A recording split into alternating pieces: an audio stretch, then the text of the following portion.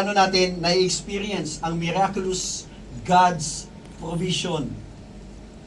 Sabi ni Lord, you will gather every morning, every man, according to His need, ayon sa inyong pangangailangan. Because may sapat na inihanda ang Panginoon. Kaya lang, ang mga Israelites, baka maubusan tayo. Baka bukas, wala na. Dagdag pa tayo. Kuha tayo ng reserba. Di ba? Kasi baka bukas, wala na to. Normal. Katulad din natin. Pero ano sabi ni Lord? Malinaw yung utos kasi ng Panginoon eh. Ayon sa pangangailangan ng bawat isa. Amen? Kailangan yung kukunin, dapat sakto lang, dapat yung para sa pamilya lang. Kaya lang sabi nga po doon, talaga naman.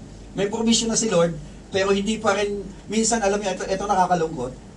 Si Lord nagpo-provide. We know that God provide. Amen. Amen. We know that God provide. But the question is, how do we handle the provision of God?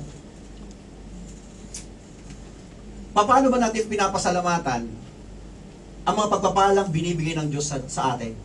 Alam niyo kung bakit? Maraming Kristiyano hindi nakakaranas ng miraculous God's provision in life. There is no breakthrough in finances. There is no breakthrough in spiritual life. There is no breakthrough sa pamilya. It is because this is the problem of a lot of people nowadays, being ungrateful. Hello? Pakisabi sa katabi mo, grateful ako. Have you remember the 10, yung 10 ketongin na pinagaling ni Lord? Hello? Nabasa niyo na ba yun? Sa Bible? Meron pala nung pastor. Meron no, basahin niyo lang.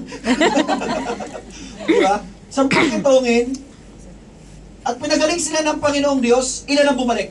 Isa. Ikaw ba kapatid, bumabalik ka ba? O lumalayo ka pa?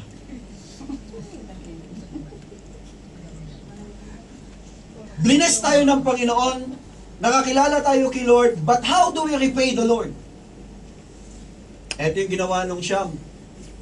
Kaya nga si Lord nagtanong, hindi ba 10 kayo? Bakit ikaw lang ang bumalik? Amen.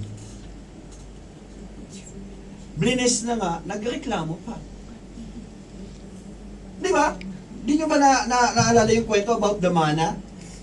Ano ba ito? Puro na lang tinapay. Wala ba karne? Sabi ko, pambihira, masyado ka namang sosi. Gusto mo pa karne. Hindi na padala naman si Lord ng pugo. Ibang klase si Lord pag nagbibless. Amen po ba? Amen. Pag humingi, binibigay. Pag humingi na ba tayo kay Lord? Binigay na ba ni Lord? Amen. How do we repay the Lord? That's the biggest question. Paano ba natin nire-repay? If the church bless you, how do you repay the church? If your leaders bless you, how do you repay your leaders? And sometimes, a lot of Christians become ungrateful of what the Lord has done in His life. Minsan nakakalimutan na natin yun.